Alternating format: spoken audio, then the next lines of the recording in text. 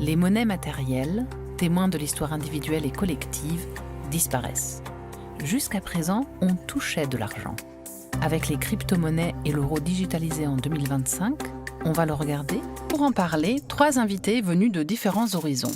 Donatien Gros, historien de l'art et philologue, vient de publier La mémoire numismatique de l'Empire romain.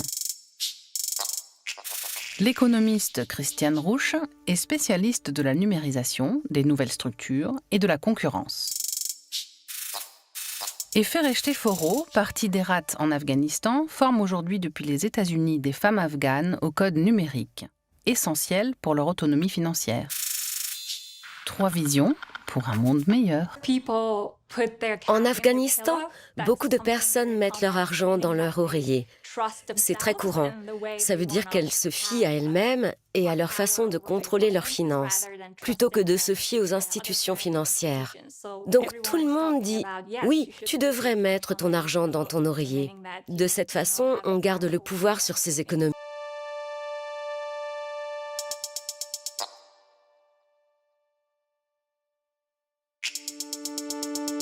Cette photographie rassemble une multitude d'informations.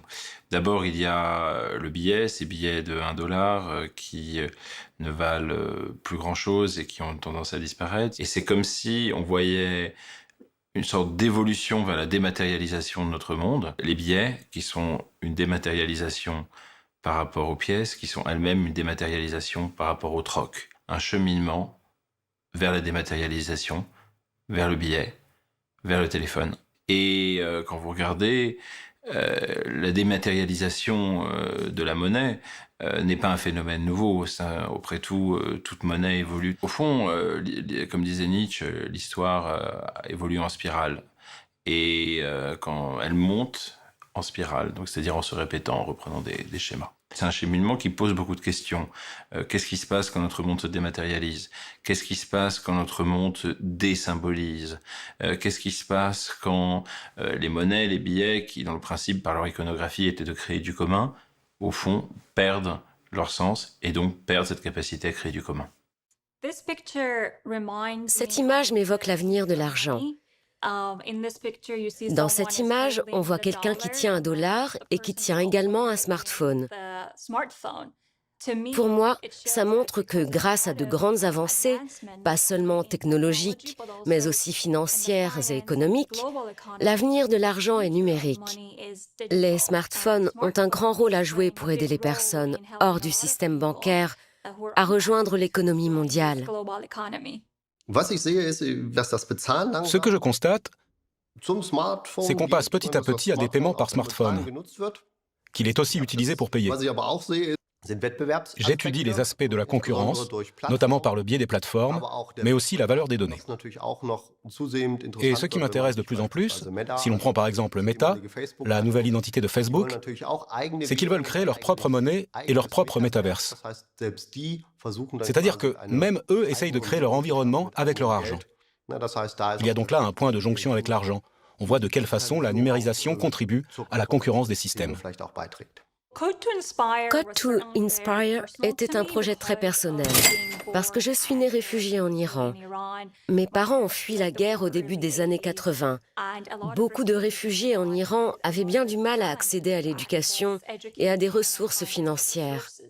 C'est personnel aussi, parce que je considère que l'éducation est un droit humain fondamental, élémentaire. Il est important que personne ne soit discriminé dans son accès à l'éducation. Cela me touche beaucoup. Aussi parce que ma mère a appris à coudre et à faire des robes qu'elle vendait pour avoir un revenu qu'elle investissait dans l'éducation des filles. Ce fut une leçon. De grandes choses peuvent naître de mains vides. Et cela a fait de moi une entrepreneuse. La question est bien sûr de savoir si l'argent liquide continuera d'exister ou non. Quand l'euro numérique sera là, quand on pourra garder de l'argent encore plus sûr à la banque centrale, les banques auront un problème. Comment feront-elles pour récupérer des dépôts? L'euro numérique, tel qu'il est envisagé actuellement, ce sont des billets de banque qui ne sont pas dans nos porte-monnaies, mais à la Banque centrale. Tel qu'il est prévu, il s'agirait en fait d'un complément. En revanche, si l'argent liquide venait à disparaître entièrement, chaque flux d'argent, chaque flux de paiement serait visible. L'être humain serait transparent et on pourrait le surveiller. En résumé, l'euro numérique est simplement un compte supplémentaire, directement auprès de la Banque centrale. Et cet argent serait encore un chouïa plus sûr que l'argent que l'on détient dans une banque traditionnelle. En Allemagne, pays où l'argent liquide est roi, il n'y a pas de plafond pour son utilisation. Il faut juste présenter une pièce d'identité lorsque la transaction dépasse les 10 000 euros. En France, les paiements en cash sont plafonnés à 1 000 euros. Regardez l'Afghanistan et d'autres pays qui doivent endurer des décennies de guerre, des zones de conflit ou des pays avec un gouvernement dictatorial. Les banques peuvent être fermées. On ne vous laissera pas retirer votre argent. Les services sont limités. Mais si vous maîtrisez les crypto-monnaies et les moyens d'épargner, vous pouvez quitter le pays en emportant tout votre argent sans avoir peur. Ce n'est pas seulement la liberté de mouvement, mais aussi la liberté qu'offre une stabilité financière, surtout pour les femmes qui sont toujours les premières victimes des conflits.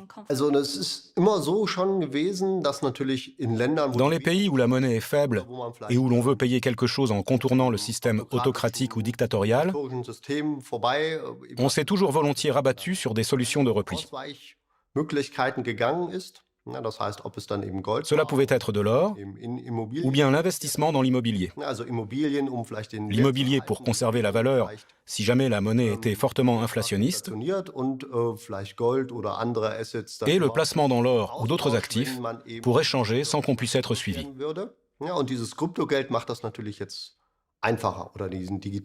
Et cette crypto-monnaie, cette monnaie numérique, facilite naturellement beaucoup le transfert d'argent en esquivant les organismes de l'État.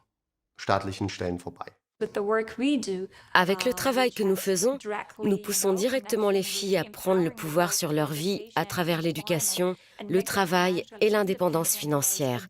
C'est un grand pas en avant. De mon point de vue, c'est un facteur essentiel, ce mouvement numérique. Cette liberté numérique et cet accès à l'économie mondialisée, surtout à une époque où les filles n'ont pas le droit de quitter la maison, ou alors seulement avec un accompagnateur masculin. En ce moment, nous avons 20 diplômées et étudiantes qui, en octobre dernier, travaillaient avec des clients hors Afghanistan. Elles sont payées et rapportent de l'argent. Elles apportent vraiment de l'argent à leur famille. Elles sont les seules à gagner le pain de la famille. Là où le salaire moyen en Afghanistan est de $150, certaines de nos filles gagnent 2 ou 3 fois plus que le salaire moyen, ou que les hommes de la famille. Vous comprenez bien que dès qu'une femme commence à gagner de l'argent et à le rapporter à la famille, son rôle devient différent. La famille considère la fille comme étant une source potentielle de revenus. C'est important qu'elle puisse avoir une liberté financière à une époque où il n'y a guère d'occasion pour elle. Là, la fille a voix au chapitre dans la famille. Elle peut prendre des décisions. En Afghanistan, c'est l'explosion du Bitcoin. En 2021, il a atteint le 20e rang sur 154 pays. Un an auparavant, il ne figurait même pas au classement mondial, tant l'usage des cryptos y était dérisoire.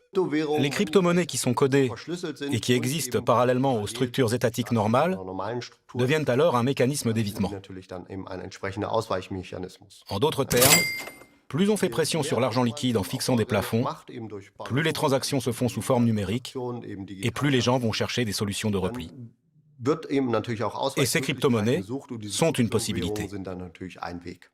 La monnaie est le privilège, l'un des privilèges de l'État, avec l'exercice de la puissance militaire. Et la question du contrôle de la monnaie aujourd'hui est de plus en plus importante, notamment alors qu'on voit surgir, comme des champignons, toute une série de crypto-monnaies qui sont en fait des séparations du privilège de l'État, des éléments auto-organisés qui correspondent d'ailleurs à une des grandes discussions aujourd'hui sur l'anarchie. Au fond, l'anarchie, on n'a plus besoin de l'État comme structure, on vit sa vie et on s'organise, on s'auto-organise. Donc évidemment, il y a un grand sujet pour les États souverains, c'est comment réussir à garder le contrôle de ce qui est leur privilège et de ce dont, par ailleurs, ils sont les garants. puisque ça marche des deux côtés. À la fois, c'est leur privilège, mais en même temps, ils garantissent la monnaie, même si depuis la fin de l'Etalon War, c'est plus compliqué. En tout cas, ce qui est intéressant aujourd'hui, c'est de se dire comment les États peuvent-ils garder ce contrôle.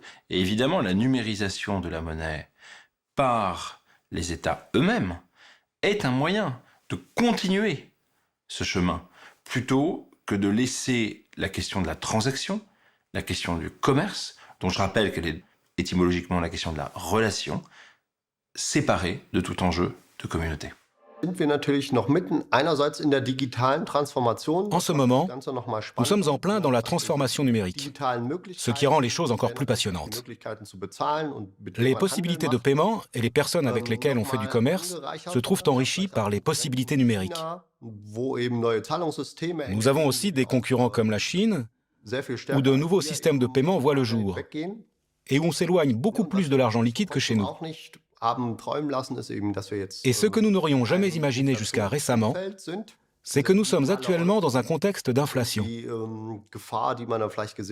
Cela veut dire que le danger que l'on a vu dans l'euro numérique, à savoir une possible baisse de l'activité économique par la thésaurisation de l'argent, n'est plus du tout le même dans un contexte d'inflation. Car si vous avez de l'argent qui traîne chez vous et que vous le stockez quelque part, il perd de sa valeur. Alors, soit l'inflation augmente, soit on achète quelque chose avec. Mais il se peut aussi que tout le monde investisse dans les cryptos pour préserver la valeur de l'argent quand il y a 8% d'inflation. Et cela va être intéressant de savoir si ce sont des crypto-monnaies ou d'autres biens. Il y a beaucoup de défis, même dans la façon dont nous nous adaptons aux crypto-monnaies et dont nous les utilisons.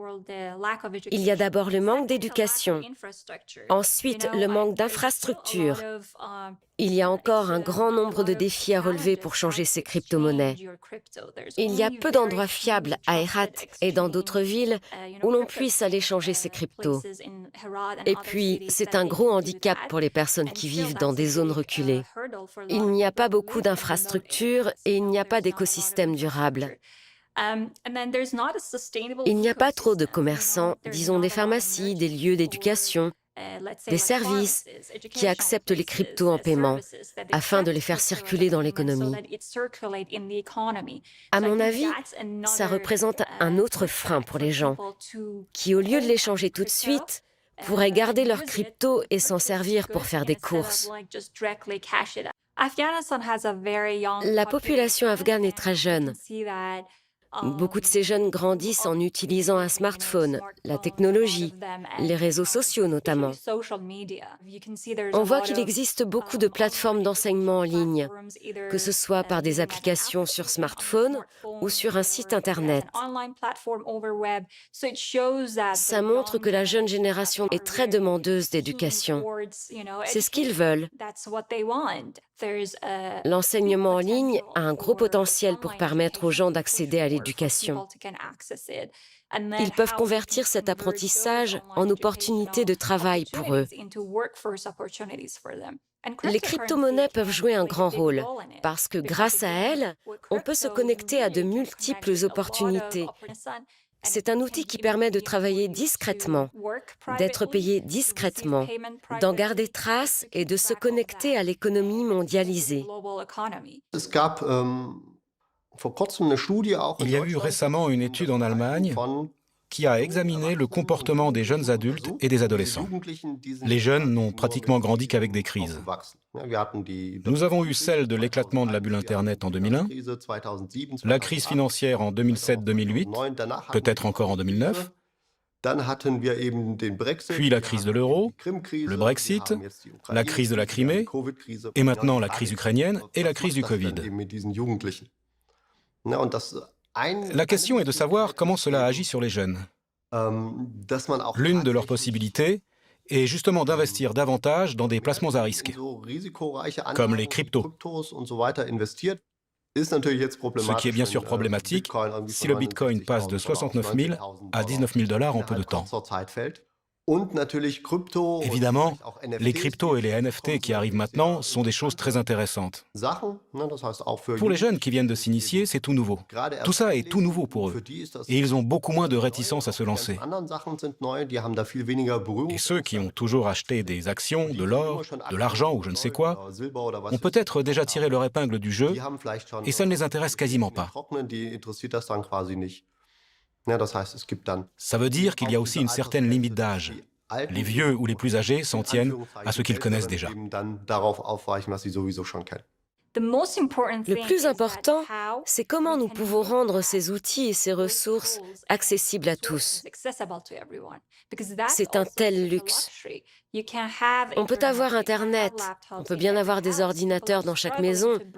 Les gens luttent pour trouver à manger. Ne vous demandez pas s'ils peuvent investir dans l'éducation via la technologie et les ressources d'Internet. Si on pouvait permettre à chacun, à chaque fille, chaque femme de chaque maison d'accéder à ces ressources, faire en sorte que ça dure, ce serait un mouvement formidable pour l'enseignement en ligne, pour l'impact de la technologie, pour l'autonomie des filles et des femmes dans les pays où elles sont opprimées, où elles n'ont pas accès aux ressources. Comme professeur, je vois mes étudiants qui se posent des questions, qui vivent dans un monde où les images sont en permanence présentes. Il suffit de prendre son téléphone, qui lisent en permanence, on lit plus maintenant que jamais. Mais ce monde d'images est devenu en quelque sorte dématériel, ce qui d'ailleurs réclame et les invite à des expériences de plus en plus intenses. Eh bien, la monnaie, c'est une réalité physique. C'est une réalité physique qui leur donne un accès direct au monde du passé, un accès intangible, un accès, c'est présent, c'est là. Donc au fond, pour toutes les questions que se posent les jeunes générations, que ce soit la question de la vérité, que ce soit la question du rapport à la matière, que ce soit la question du rapport au monde, que ce soit la question de l'image, que ce soit la question du rapport physique à ce qui nous entoure, eh bien, on peut trouver dans les monnaies des petites portes qui nous emmènent dans un grand ailleurs.